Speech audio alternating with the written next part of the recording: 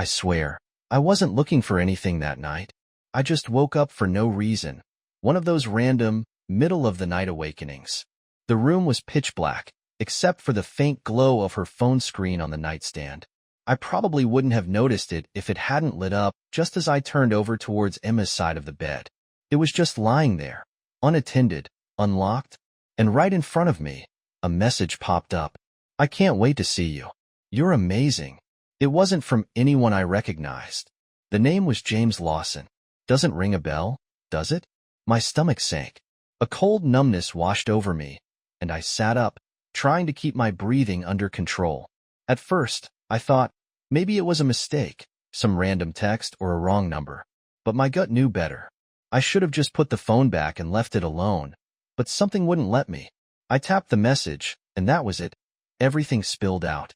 Weeks of chat logs, flirtatious exchanges, late-night pictures.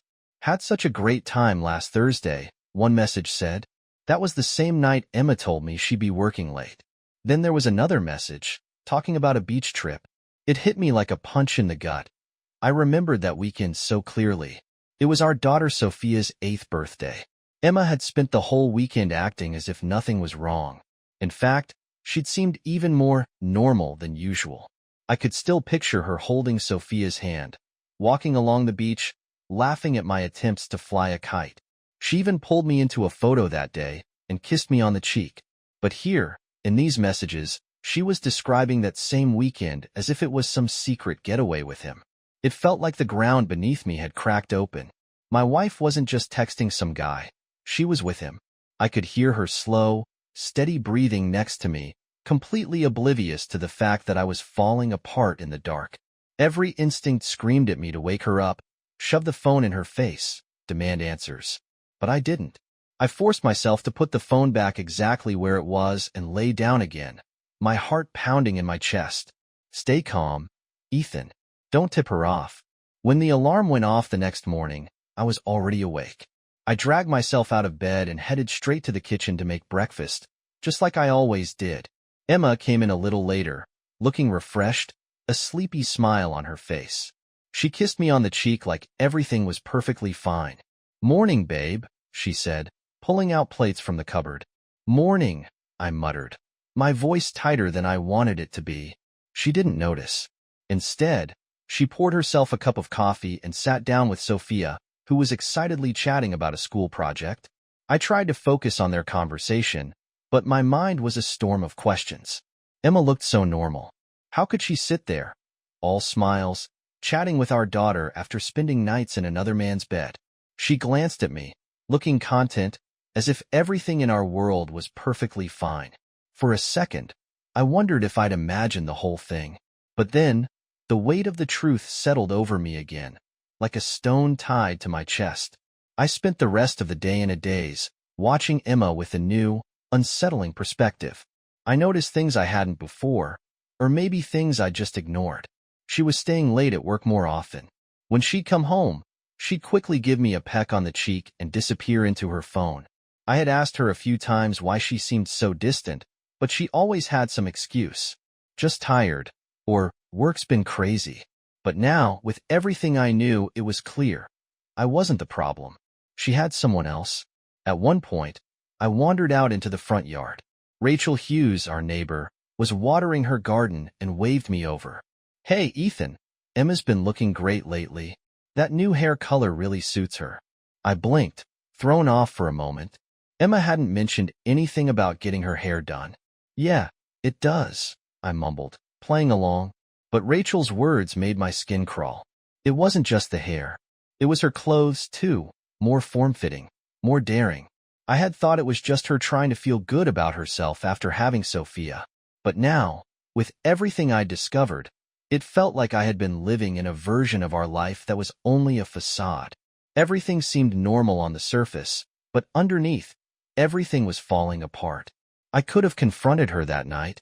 Every time she glanced at her phone, I felt that sting in my chest, wondering if it was him texting her.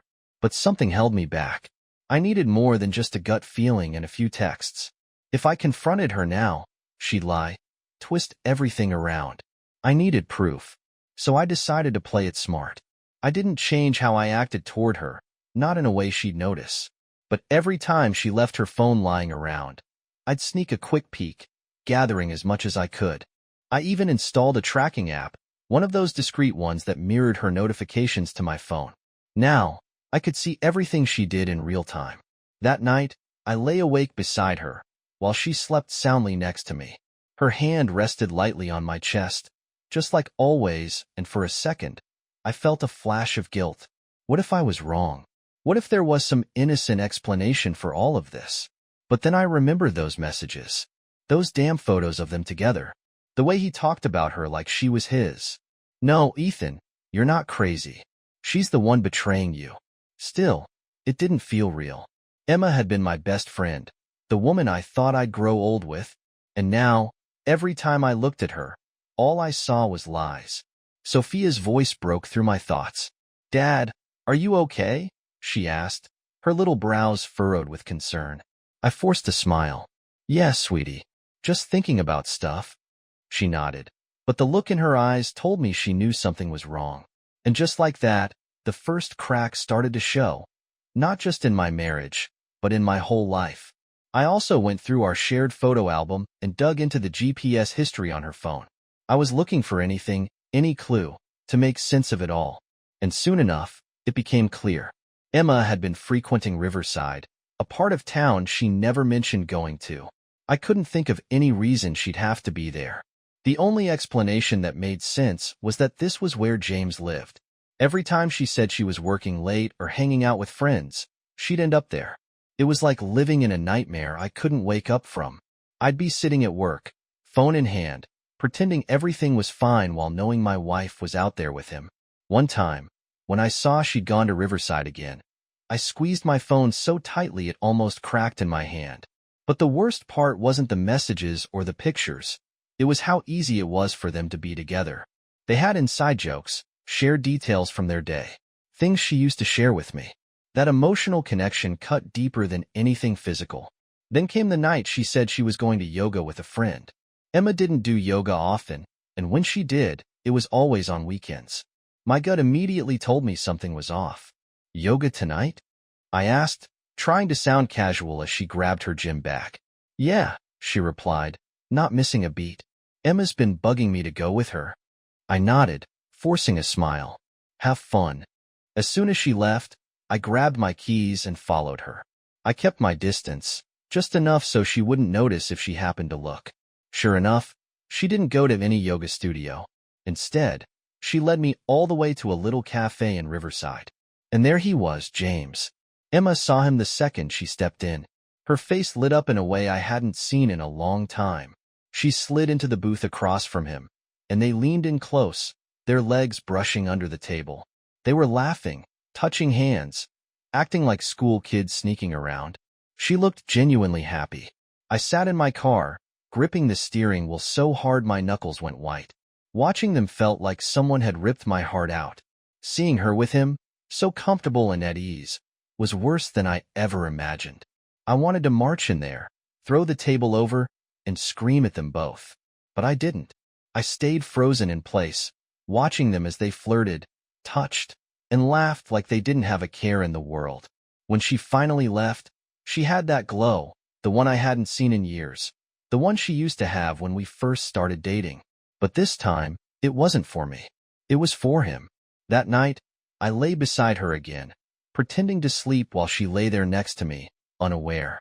Her breathing was steady, soft, and her hand brushed against mine under the covers. I stared at the ceiling, questioning everything. Could I really forgive her? Could I look at her the same way again? The answer was still unclear. Over the next few days, Emma started noticing I was off. I could feel her eyes on me more often, as if she was searching for signs that something wasn't right. I tried my best to act normal, but it wasn't easy. I kept getting lost in my thoughts, replaying every moment of our life together, trying to pinpoint where things went wrong. I threw myself into work, taking on pointless projects just to fill the time. At home, I stayed in the garage, fiddling with tools I hadn't touched in ages. One evening, while I was mindlessly scrubbing a dish that didn't need washing, Emma asked, "Everything okay, Ethan?" I lied through my teeth. "Yeah, Just tired. Her eyes narrowed slightly, but she didn't press it. Not yet. It was Sophia who was the first to call me out. One night, while tucking her into bed, she looked at me with those big, innocent eyes. "Dad, why are you sad?" she asked, her voice filled with concern. My throat tightened, but I kept it together. "I'm not sad, sweetheart," I said, brushing her hair back. "Just thinking about some grown-up stuff." She didn't seem convinced, but she cuddled up and let it go. Emma, though, was getting more suspicious. I could tell she was starting to put the pieces together. She started asking more questions, trying to draw me out, engaging in forced conversations. She'd sit next to me on the couch, curl into my side, and ask about my day like she cared. It was clear she was trying to gauge whether I knew something, but I wasn't going to give her the satisfaction. Instead, I pulled away even further. I kept my responses short and vague, just enough to keep her off balance. The less I said, the more uneasy she became. She knew something was off, but couldn't quite put her finger on it.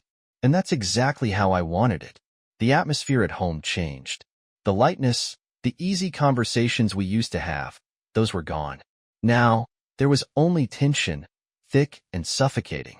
Every interaction between us felt like a test, like we were playing some game, each trying to outmaneuver the other without saying what we truly meant. I spent more nights in the garage, pretending to work on meaningless projects. Sometimes I'd just sit there, staring at the tools on the workbench, thinking about how my life had turned into a mess.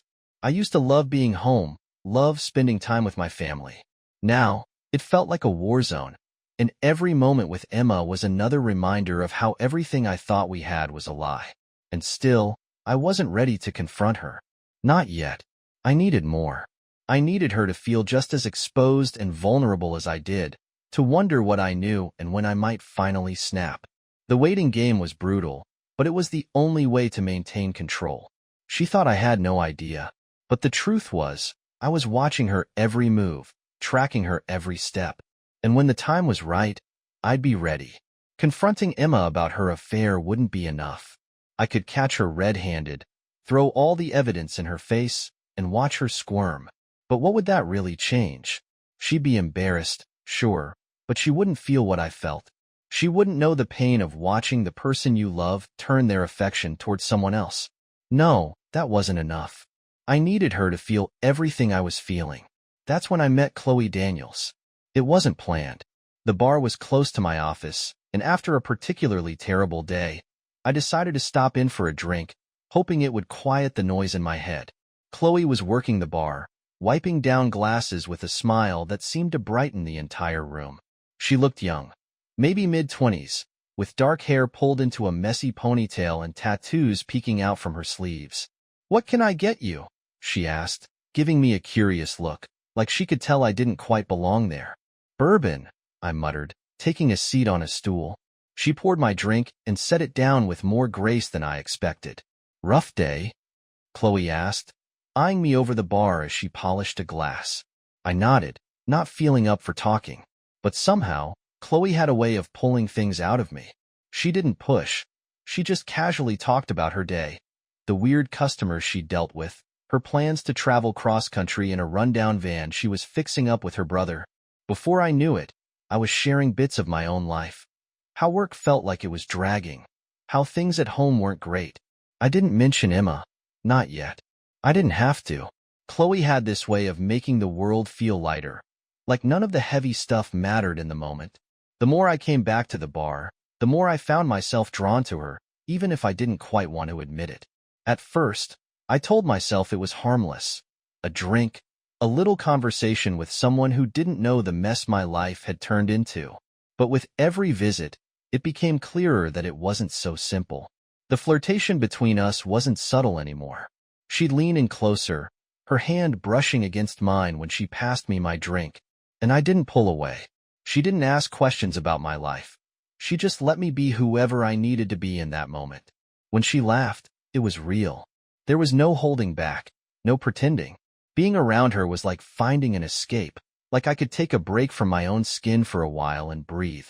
One night, after a couple of drinks, she leaned on the bar, her eyes locking onto mine with an intensity that made me sit up a little straighter. You know, I don't see many guys like you around here, she said, studying me. Guys like me? I raised an eyebrow. You look like you've got it all together, she said, smiling. But there was something else in her tone. But I can tell there's more going on. Something heavy. I shrugged, swirling my bourbon in the glass. Life, I guess. She didn't press it, just smiled that easy smile of hers. Well, here's to life, she said, clinking her glass against mine. For a second, the weight on my chest didn't feel as suffocating. I knew exactly what I was doing. I wasn't just coming to the bar for drinks anymore. I wanted Emma to find out. I wanted her to feel that same nagging suspicion I had lived with for months. To wonder where I was, what I was doing when I wasn't home. It didn't take long for things to start getting around. I dropped a few casual comments to mutual friends, just enough to stir up some gossip. I've been hanging out with someone new, I'd say, knowing full well that news like that would spread like wildfire. I didn't care who knew. The more people who knew, the better. One evening, I ran into Rachel Hughes at the bar. She nearly spilled her drink when she saw me sitting there with Chloe. Ethan, she asked, looking at me like she couldn't believe her eyes. What are you doing here? Having a drink, I said, as nonchalantly as I could manage. Rachel glanced from me to Chloe, her expression full of confusion. Does Emma know you're here? I gave her a grin, but it wasn't a friendly one. Why? You planning to tell her? Rachel blinked, taken aback. This isn't like you, Ethan. People change, I said flatly, taking a sip from my glass. Rachel crossed her arms, her expression turning from concern to a kind of disapproval. She's your wife. Yeah, well, I'm sure Emma's just fine without me, I muttered under my breath. Rachel stared at me for a moment, her face softening, almost pitying. I'm going to talk to her, she said, like she thought she could fix this somehow. Go ahead, I said, not bothering to stop her. Let her know where I am. Let her know who I'm with. Chloe raised an eyebrow as Rachel stormed out of the bar, shaking her head. Friend of yours? Something like that, I replied, finishing my drink. Chloe didn't ask any more questions, just smiled, and we went back to our easy back and forth, talking about everything and nothing all at once. That night, as I drove home, a strange satisfaction washed over me. It wasn't about getting revenge on Emma. It was about taking back a part of myself that I'd lost. I didn't know what this thing with Chloe was, and I wasn't sure I cared. For the first time in a long time, I felt like I had some control over my life again. I wanted Emma to feel that same confusion, that same gut-churning suspicion that had haunted me for so long. I wanted her to wonder if I was thinking about someone else when I kissed her goodnight. And if Rachel's reaction was anything to go by, I was getting what I wanted. I wasn't playing defense anymore. The confrontation came sooner than I expected. One night, as I was enjoying the rare sensation of lightness with Chloe at the bar, Emma walked in. I didn't see her until it was too late. One second, I was laughing at some stupid joke, and the next, I heard her voice cut through the noise of the bar, sharp and angry. So this is where you've been hiding? I looked up, and there she was, Emma, standing at the door, her eyes scanning the room until they locked onto mine. Her face twisted with rage, her lips pressed tightly together.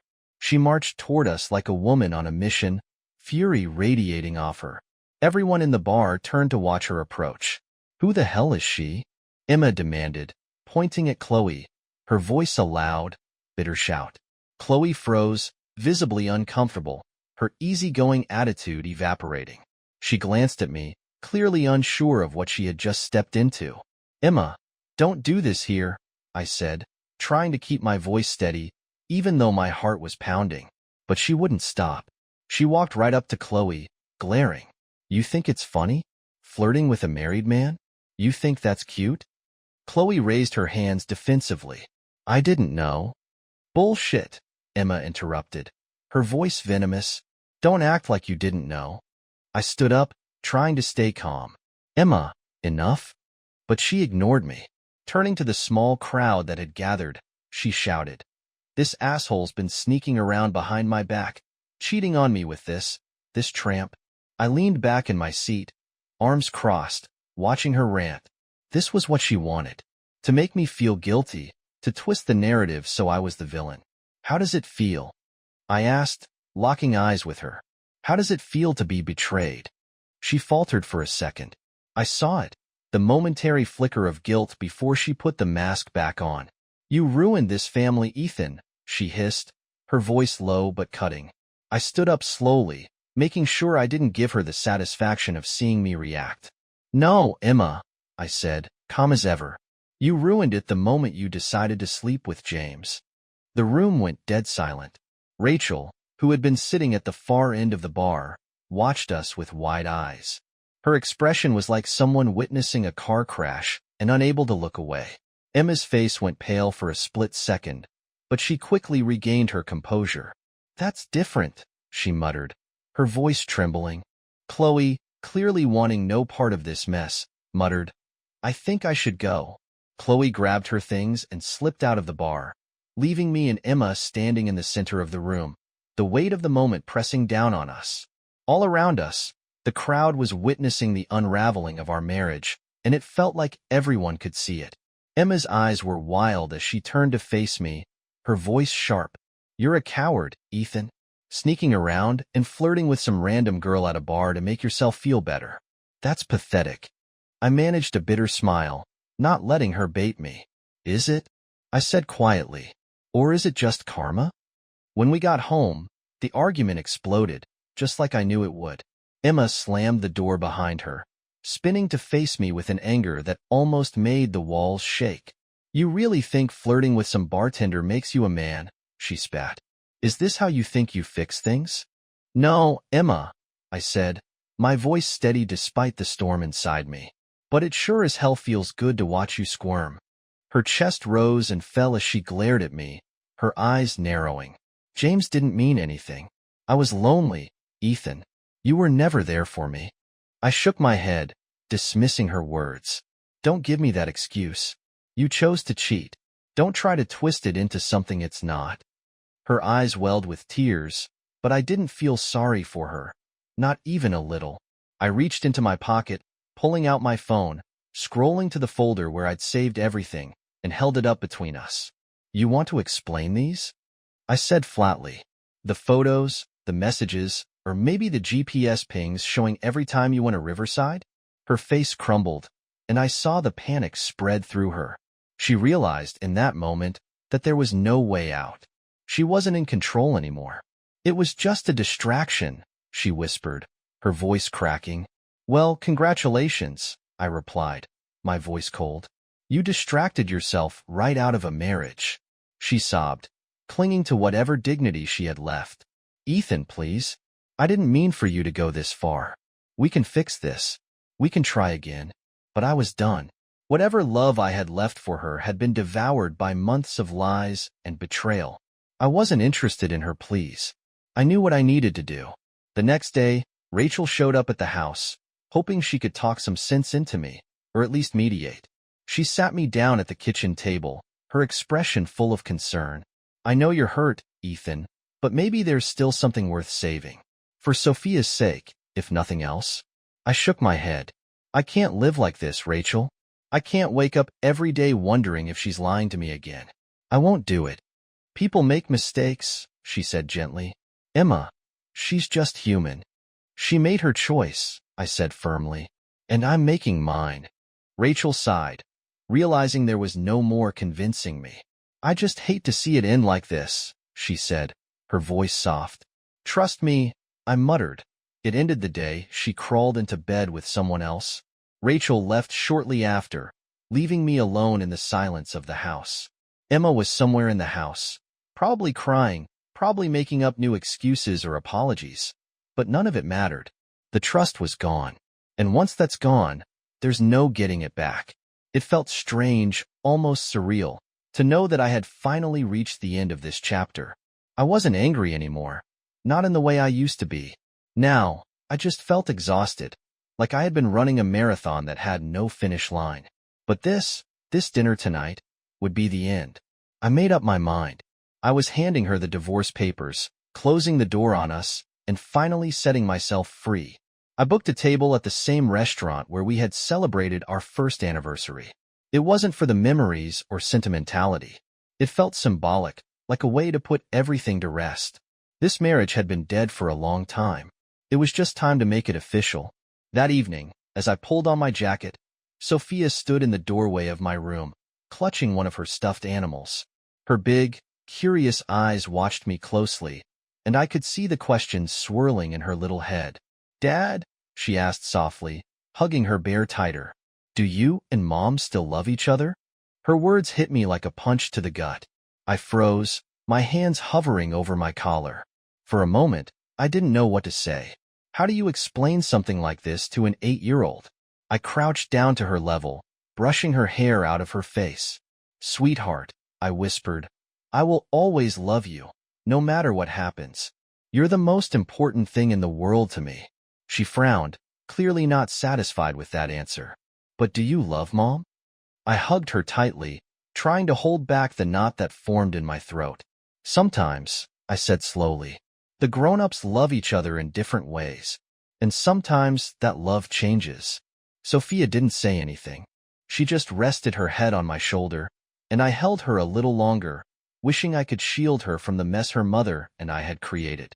"I love you," I whispered into her hair, meaning it more than anything. "That will never change." When I arrived at the restaurant, Emma was already seated, sipping a glass of water. She smiled when she saw me, but it was strained, like she wasn't sure what was coming next. I slid into the chair across from her, placing my bag carefully by my side. "Hi," she said cautiously, her eyes scanning my face. "You look nice." I nodded, but I didn't return the compliment right away. We sat in an awkward silence, the space between us heavy. Finally, after what felt like an eternity, Emma tried to bridge the gap, reminiscing about old times, the honeymoon, the first house we bought, Sophia's birth. Moments that once meant everything to me, but now, they felt like they belonged to someone else. I didn't respond much, just sipped my wine and nodded at the right moments, my mind focused on the papers tucked neatly inside my bag. The longer she talked, the more it became clear that she was desperately trying to hold on to something that had long since slipped away. After a few more minutes of strained conversation, I reached into my bag, pulled out the divorce papers, and placed them on the table between us. Her smile faltered as she stared at the papers, her eyes wide with disbelief. "This evening doesn't mean anything to me anymore," I said, my voice cold, looking her directly in the eye. Emma's hand trembled as she reached for the papers. "Ethan, please," she whispered, her voice cracking. "Don't do this. We can fix this. I'll do whatever it takes." I shook my head, my expression unchanging. "There's nothing left to fix." Tears welled up in her eyes, but I didn't feel anything. No sympathy, no regret, just emptiness. "Please," she begged, her voice barely audible. "We can try again. For Sophia, for us." I took the pen from my pocket, clicked it open, and signed the papers right in front of her, without hesitation. I pushed the divorce papers across the table, my voice firm but empty. "It's over, Isabel. I can't keep living like this." She sat there, frozen. Her glass of wine sat untouched beside her, her hands hovering over the papers as if she was still trying to convince herself this wasn't happening. I could see the words forming in her mind, the desperate attempt to say something, anything, to change my mind. But nothing came out. I didn't wait for her to speak. I stood up, my legs heavy but determined, and walked away without looking back. The last thing I wanted to do was see her face. In the hallway, just as I was about to reach the exit, I bumped into Rachel. Her eyes widened when she saw me. She gave me a concerned, almost shocked look. "Ethan," she said softly, the words weighted with empathy, "you really went through with it?" I nodded. There was nothing else to say. I kept my expression neutral. "Are you sure this is what you want?" she asked, her voice gentle, as if she thought I might change my mind at the last minute. "For the first time in my life, I'm sure," I replied, my voice steady. Rachel studied me for a moment, and then gave me a sad, knowing smile. "Well, I hope you find peace, Ethan. I really do." I didn't respond. I just gave her a small, almost imperceptible nod, before stepping out into the cool night air. It wasn't freedom. It wasn't relief. It was just closure. The chapter with Isabel had come to an end. Packing up my things was easier than I thought it would be. I had expected it to feel like tearing my life apart, but it didn't. It felt like stepping away from something I'd outgrown. The house was full of ghosts. Isabel's perfume lingering in the air, pictures of the past scattered on the walls, reminders of promises that had long been broken. I packed my clothes into bags, threw a few boxes in the back of my car, and left. No drama, no final showdown. Just an exit. I found a small apartment in the city. It wasn't much, just a one-bedroom with creaky floors and a view of a laundromat. But it was mine. It was a fresh start, and there was something freeing about it. No familiar memories, no shadows hanging over me. Just space. It felt clean. The hardest part came when I had to explain it all to Sophia. I promised her that I wasn't going anywhere, that we'd still have weekends together, that no matter what, she was my #1 priority. She nodded, trying to be brave, but I could see the worry in her eyes. It broke my heart that she had to feel any of this. But I promised myself I'd always be there for her, no matter what. The days that followed passed in a blur of routine. I focused on work, setting up my new place, and doing everything I could to be the best dad I could be. It wasn't easy, but it felt like the right thing to do. For the first time in a long time, I wasn't hiding behind a facade. Then one afternoon, out of nowhere, I ran into Chloe. I was coming back to my apartment with groceries, and I saw her standing across the street, holding an umbrella with that same smile I'd come to recognize. "Ethan," she called out, jogging over to me. "I thought that was you." I smiled, the tension in my chest easing for a moment. "Hey, Chloe." We stood there for a second, the awkwardness of the moment just hanging in the air, but not in a bad way. The rain drummed lightly on her umbrella. "You look different," she said, tilting her head, studying me like she was trying to piece something together. "Different how?" I asked, genuinely curious. She shrugged, her eyes softening. "Lighter. Happier. Is that weird?" I chuckled, though it felt strange to hear someone say that. "I guess divorce will do that to you." She nodded with a thoughtful expression. "I'm sorry for what you've been through." I shook my head. "Don't be. It had to happen." We stood there for a moment longer, neither of us rushing to leave. It felt easy, almost natural, and I liked that. "You want to grab coffee?" she asked, her voice casual but hopeful. "Yeah," I said with a smile. "I'd like that." Coffee turned into more coffee, and soon, meeting up with Chloe became a routine. But this time, it was different. No games, no pretense. We just talked about life, her van project, the little things that made us laugh. She never asked about Isabel, and I didn't feel the need to share. Being with her felt like I was allowed to leave the past behind, like I could breathe again without carrying the weight of everything that had happened. One weekend, I had Sophia with me, and we ran into Chloe at the park. At first, Sophia was shy, hiding behind my leg, but Chloe crouched down, offering a warm smile. "Hey, you must be Sophia," she said gently. "Your dad talks about you all the time." Sophia peeked out from behind me, her curiosity getting the better of her. "He does." "Yep," Chloe replied, giving me a wink. "He says you're the best artist he knows." That was all it took. Sophia's face lit up, and within moments, the two of them were sitting on a bench, chatting about crayons and drawing contests. Watching them, I felt something I hadn't felt in a long time, a sense of peace, of rightness. Maybe this was what moving on looked like, not just for me, but for Sophia too. Of course, Isabel wasn't done. A few weeks later, she called, asking if we could meet. I agreed, more out of curiosity than anything else. We sat across from each other at a cafe, the familiar tension in the air. She looked tired, like the weight of her decisions had finally caught up with her. She began, her voice thick with emotion. "I want to say I'm sorry, Ethan.